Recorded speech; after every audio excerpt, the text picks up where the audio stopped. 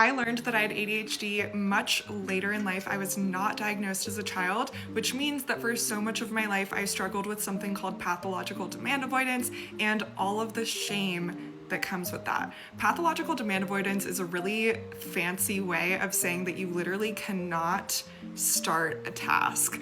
Task initiation is so challenging. Productivity is so challenging. You get very overwhelmed by thinking about all of the different steps that it takes to accomplish something. And all of this results in you just not doing anything. It is a major executive dysfunction disorder. And I've struggled with productivity and executive function for so much of my life. I honestly thought that I was stupid. I thought that there was something wrong with me. And I'm so grateful for my diagnosis because it showed me that it's not that I'm stupid and there's something wrong with me. It's just that, whoops, it's just that my brain is actually wired differently. So when I learned this, I started studying neuroscience so that I could learn how to hack my brain and actually feel like my best self.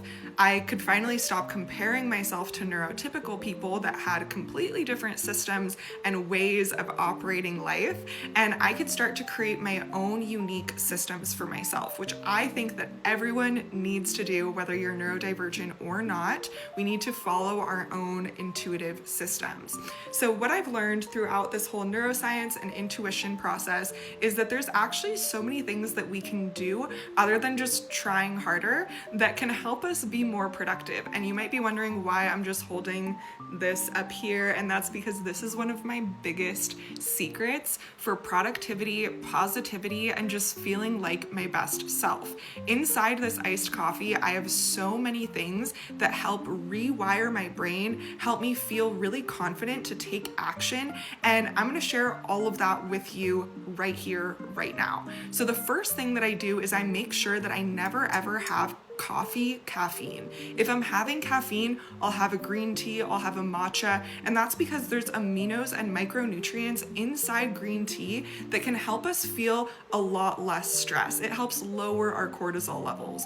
But if you have caffeine from coffee, your cortisol levels could be spiked. And our cortisol is our stress hormone. So lower stress means better mental health, means less overthinking and overwhelm, and just more peace within the body. The next thing that I put in here are some adaptogens and nootropics that help us stay positive. It helps us stay focused. Lion's mane is the main one that I use every single day, and I literally think of this as my holistic ADHD medicine. You can see how much I love this guy because it is almost done. I take a heaping spoonful of this every single day with my morning coffee. I just take it to the mouth. I don't put it inside my morning coffee, but in 1 tablespoon of this has almost every single mineral, vitamin, and nutrient that your body needs. And I noticed that my productivity and my ADHD is so much easier to manage when I am not nutrient deficient or mineral deficient or vitamin deficient, and so many of us are without even realizing that we are.